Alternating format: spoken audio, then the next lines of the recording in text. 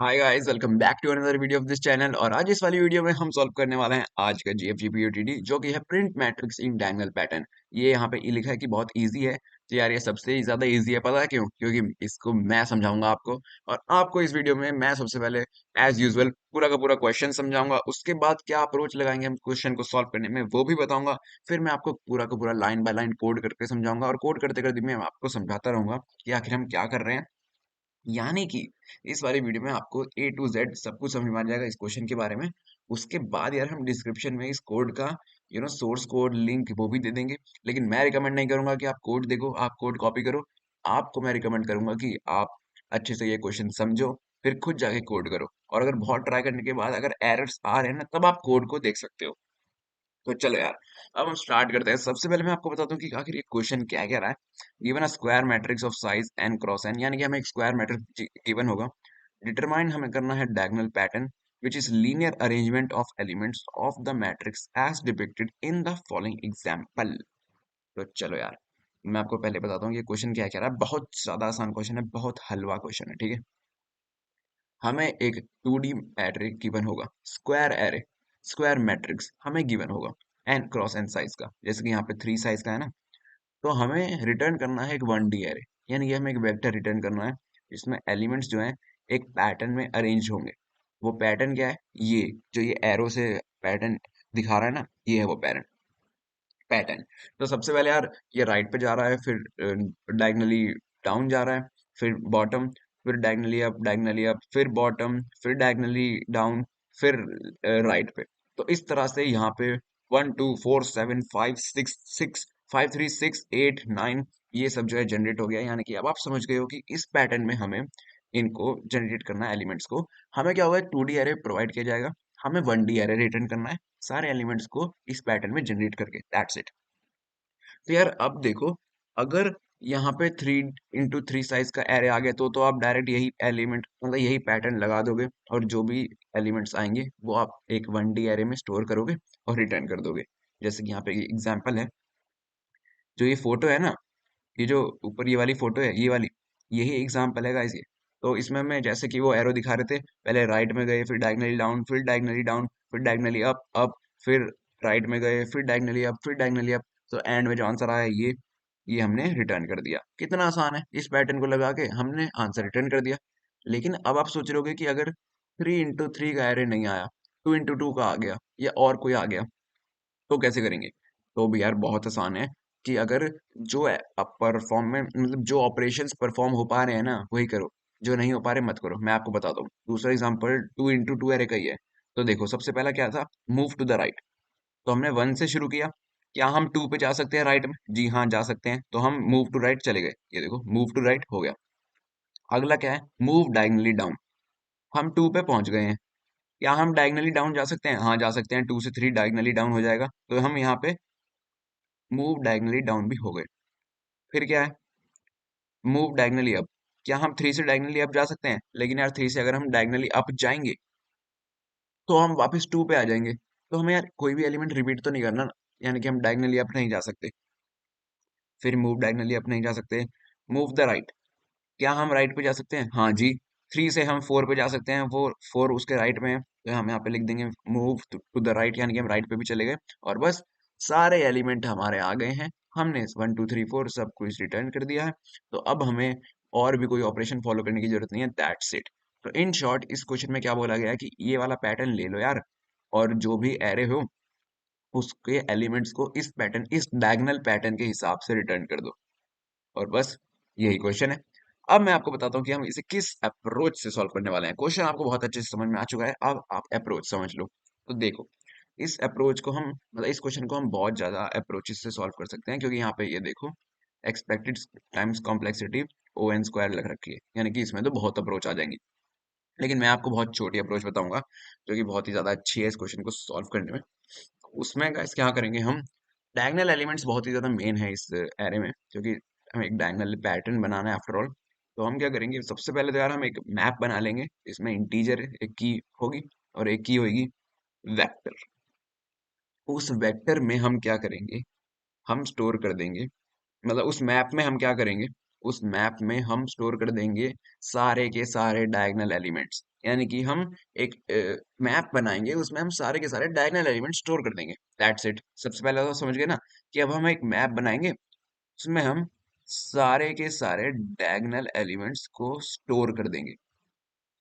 Diagonal elements को access करना आपको पता ही होगा कि आई और जे अगर रोज और कॉलम्स को रिप्रेजेंट कर रहे हैं तो डायगोनल एलिमेंट्स का इंडेक्स क्या होगा, आई प्लस जे। तो हम एक मैप में सारे के सारे डायगोनल एलिमेंट स्टोर कर देंगे। उसके बाद क्या करेंगे, हम एक वेक्टर बनाएंगे रिजल्ट नाम से, क्योंकि फाइनली तो हमें एक आंसर वेक्टर में देना है ना। ये देखो, ये हमें सीक्वेंस देना है वेक्टर में, तो हम रिजल्ट नाम से एक वेक्टर बना लेंगे। उसमें हम क्या करेंगे, मतलब उसको तो अभी ऐसे रखेंगे। उसके बाद क्या करेंगे, हम जो है पूरा अपना मैप है उसको हम ट्रैवर्स करेंगे, और फिर पैटर्न के हिसाब से, पैटर्न जो कह रहा है हम वो फॉलो करेंगे। तो यार पैटर्न क्या कह रहा है कि जो भी इवन इंडेक्स पे डायगोनल एलिमेंट्स है ना, उनको यार हमें वो करना पड़ेगा, रिवर्स करना पड़ेगा, तभी हमारा आंसर पैटर्न में आएगा। मैं आपको ये वाली चीज बहुत अच्छे से समझा देता हूँ ताकि आप कंफ्यूज ना हो। ये एक की एलिमेंट है यार इस क्वेश्चन की अप्रोच को सॉल्व करने का, तो इसे को ध्यान से सुन। इवन इंडेक्स पे मैंने बोला diagonal elements, diagonal elements even index पे, ठीक है ना। तो यार इवन इंडेक्स क्या होता है, मतलब इंडेक्स क्या होता है डायगोनल एलिमेंट्स का, वन, मतलब आई प्लस जे होता है ना। तो इस वाले एलिमेंट का इंडेक्स क्या होगा, आई क्या है वन, और टू क्या है, रो क्या है, मतलब कॉलम क्या है टू। तो यानी इस वाले एलिमेंट का इंडेक्स होगा आई प्लस थ्री, थ्री, थ्री होगा ना। आई क्या है वन है, जे है टू, तो आई प्लस जे वन प्लस टू, थ्री होता है तो थ्री हो जाएगा। इसका इंडेक्स क्या होगा, टू प्लस वन, थ्री। इस वाले एलिमेंट का इंडेक्स क्या होगा, सेवन का। यहाँ पे आई प्लस जे, आई क्या है थ्री है, जे क्या है वन है, फोर होएगा। इसका क्या होगा, टू प्लस टू, फोर होएगा इसका भी। नहीं, इसका फोर नहीं होगा यार, सेवन का। नहीं, एक मिनट, थर्ड रो है फर्स्ट कॉलम है तो हाँ फोर हो जाएगा। और इसका सेकंड रो है सेकंड कॉलम है तो फोर हो जाएगा। फिर इसका क्या होगा, थर्ड कॉलम है और फर्स्ट रो है तो इसका भी फोर हो जाएगा। ठीक है। इस वाले एलिमेंट का क्या होगा, सिक्स का। यहाँ पे सेकंड कॉलम सेकंड रो में है यानी कि टू प्लस थ्री, फाइव हो जाएगा। इस वाले एलिमेंट का क्या होगा, एट का। ये है थर्ड रो में है ना, हाँ थर्ड रो में है और सेकंड कॉलम में है यानी कि इसका भी फाइव हो जाएगा। और इसका हो जाएगा नाइन। तो अब देखो हमें आउटपुट में क्या रिटर्न करना है, वन से लेकर वन, वन से हमें टू पे जाना है, ठीक है। वन से हम टू पे तो चले जाएंगे, फिर टू से हमें फोर पे जाना है, फोर पे भी हम चले जाएंगे। लेकिन यार फोर के बाद जो है ना, मतलब ये वाली जो लाइन है, ये देखो, ये टू और फोर जो है, ये डाउनवर्ड्स हमें प्रिंट करने हैं। जैसे यहाँ पे लिखा है, टू से हमें फोर पे नीचे जाना है। लेकिन जो ये वाला डायगोनल है, इसके एलिमेंट्स हमें अपवर्ड प्रिंट करने हैं। देखो सेवन से हम ऊपर जा रहे हैं थ्री पे, ये देखो, सेवन फाइव थ्री, सेवन से हम ऊपर जा रहे हैं और फिर हम डाउनवर्ड्स जा रहे हैं सिक्स और एट पे, हम फिर डाउनवर्ड्स जा रहे हैं, समझ गए ना। यानी ये वाला जो डायगोनल है, ये हमें डाउनवर्ड प्रिंट करना है। ये वाला जो डायगोनल है, ये हमें अपवर्ड प्रिंट करना है। और फिर ये वाला डायगोनल वापस हमें डाउनवर्ड प्रिंट करना है। तो यार हम अगर ये कुछ कुछ कंडीशन नहीं लगाएंगे तो हमारे डायगोनल्स या तो सारे डाउनवर्ड प्रिंट हो जाएंगे या सारे अपवर्ड प्रिंट हो जाएंगे, है ना। तो हम एक काम करते हैं कि हम यार ये वाला डायगोनल जो है ना, ये फोर और टू वाला, ये तो हमें डाउनवर्ड प्रिंट करना है। और सिक्स और एट वाला भी हमें डाउनवर्ड प्रिंट करना है। तो क्यों ना हम इस वाले को भी डाउनवर्ड प्रिंट कर दें, सेवन फाइव थ्री को। मतलब सेवन फाइव थ्री को हमें अपवर्ड प्रिंट करना है ना, तो क्यों ना हम कंडीशन जो है सेवन फाइव थ्री वाले में ही लगा दें, ताकि दो टू फोर और सिक्स एट वाले में कंडीशन ना लगाने की जगह, इन दोनों में कंडीशन ना लगाने की जगह हम सेवन फाइव थ्री वाले में एक डायगोनल में ही कंडीशन लगा देते हैं, जिससे हमारा कोड रिड्यूस हो जाएगा। समझ गए आप। तो सेवन फाइव थ्री, आप ध्यान से देखो, थ्री क्या है, फोर इंडेक्स पे है, अभी लिखा ना मैंने। फाइव भी फोर इंडेक्स पे है और सेवन भी फोर इंडेक्स पे है। ये तीनों ही तीनों इवन इंडेक्स पे हैं, दिख गया आपको। और बाकी सारे ऑड इंडेक्स पे हैं, थ्री फाइव नाइन, ये सारे इंडेक्स ऑड हैं। तो हम एक बहुत ही ज्यादा तगड़ा काम यहाँ पे कर सकते हैं कि जितने भी एलिमेंट हैं, जितने भी डायगोनल हैं, उन सबको डाउनवर्ड प्रिंट कर दो। तो टू फोर सही हो गया, सिक्स एट भी सही हो गया, थ्री फाइव सेवन सही नहीं हुआ। तो एक और काम करो, सभी एलिमेंट्स को डाउनवर्ड तो प्रिंट कर दो। तो टू और फोर तो प्रिंट हो जाएंगे, सही है, हटाओ इन्हें। सिक्स और एट भी हो जाएंगे। और एक और काम करो, जो भी डायगोनल्स इवन इंडेक्स पे हैं उनको भैया रिवर्स करके अपवर्ड प्रिंट कर दो, तो ये तीनों अपवर्ड प्रिंट हो जाएंगे। और इवन इंडेक्स में यानी कि इन दोनों को कोई इफेक्ट नहीं पड़ेगा, इन दोनों को कोई इफेक्ट नहीं पड़ेगा। ये फोर फोर और फोर इंडेक्स पे जो है इन्हें इफेक्ट पड़ेगा इवन इंडेक्स को, तो ये हमारे अपवर्ड प्रिंट हो जाएंगे, तो हमारा डिजायर्ड आउटपुट आ जाएगा। और इसके साथ मैंने आपको फाइनली अप्रोच समझा दिया है गाइस, आपको ये अच्छे से समझ में आ गई, नहीं समझ में आई हो तो 1 मिनट पीछे करके देख लेना, मैंने बहुत अच्छे से आपको समझा दिया है। इस क्वेश्चन में बस यही होगा और कुछ नहीं होगा। तो अब फाइनली हम कोड करते हैं, और कोड के साथ भी मैं आपको साइड बाय साइड बताता रहूंगा कि हम क्या करने वाले हैं। तो चलो यार, अब हम कोड करना स्टार्ट करते हैं। हाँ, बहुत ज़्यादा डिटेल में यार मैंने अप्रोच समझा दिया आपको, ऐसा आपको कोई टीचर नहीं समझाएगा। तो इस बात के लिए यार एक लाइक तो बनता है, और आप सब्सक्राइब नहीं करते यार, मैं रोज कंसिस्टेंसी से वीडियो डालता हूँ। तो अगर आपको थोड़ी भी हेल्प होती है तो सब्सक्राइब कर देना, यहाँ पे हम कोड कर देंगे।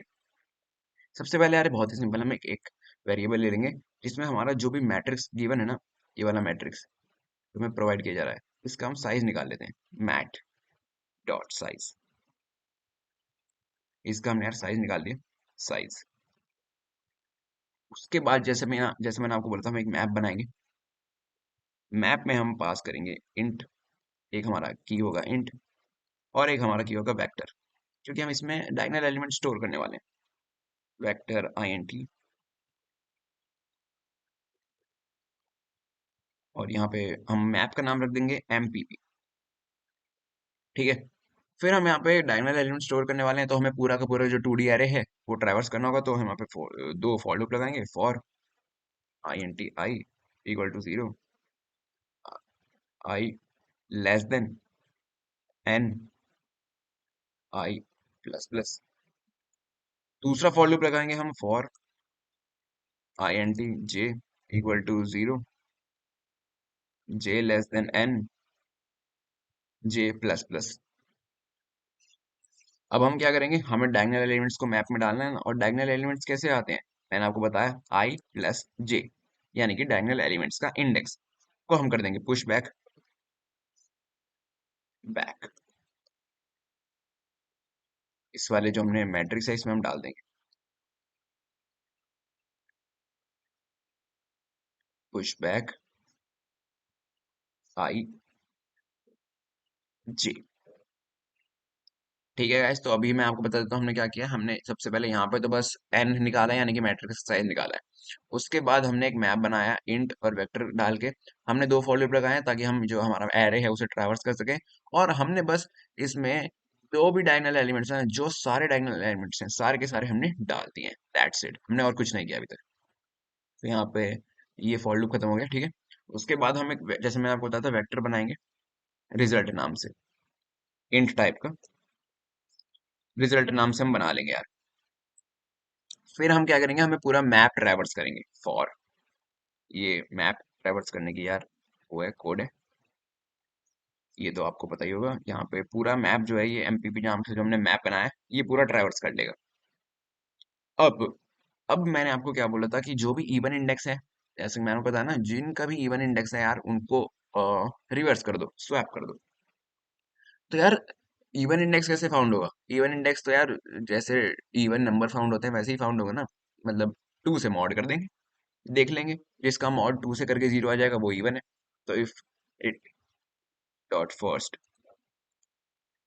क्या कर देंगे, mod mod 2 equal equal to 0, अगर ऐसा है तो यानी कि वो इवन है, तो उसे क्या कर दो, रिवर्स कर दो। ये सी प्लस प्लस का फंक्शन है, it dot second dot begin. इसको यार हम रिवर्स कर देंगे, इट डॉट सेकेंड एंड। तो हमने यहाँ पे जो भी इवन डायगोनल एलिमेंट्स हैं उनको रिवर्स कर दिया है। यहाँ पे यार मैं ये लिखना जरूरी है। ओके, सभी को हमने इवन वालों को रिवर्स कर दिया। ठीक है। यहाँ पे हमारा फॉर लूप यहाँ पे खत्म हुआ है, नहीं यहाँ पे इफ स्टेटमेंट खत्म हुआ है हमारा। इसके अंदर यार एक और फॉर लूप लगाएंगे, फॉर ऑटो, क्योंकि हम हमारा आंसर फाइनली आ चुका है। अब हमें जो हमारा रिजल्ट वेक्टर है ना ये, इसमें हमें अपना आंसर घुसाना है बस, ताकि हम इसे प्रिंट कर सके। For auto E dot second.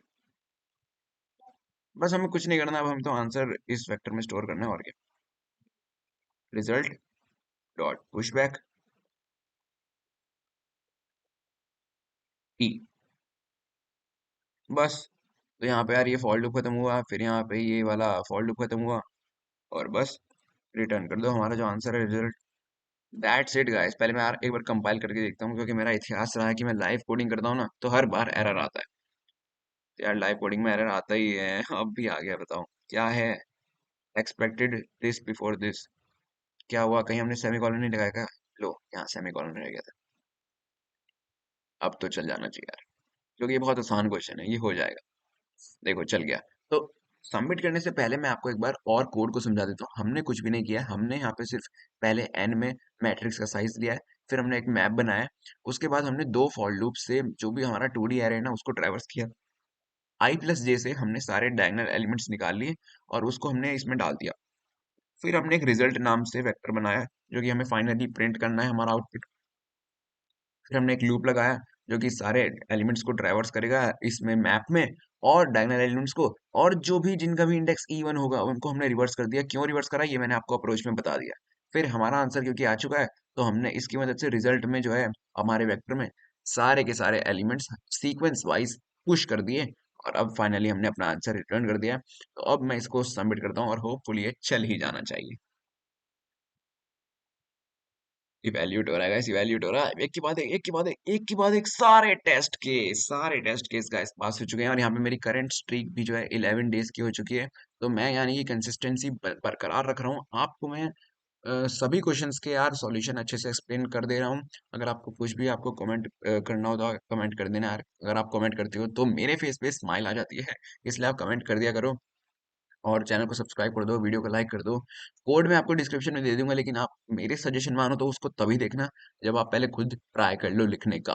ठीक है। तो मैं तो कंसिस्टेंट हुई यार, आप सब्सक्राइब कर दोगे तो अच्छा लगेगा। मिलते हैं अगली वीडियो में, तब तक के लिए बाय।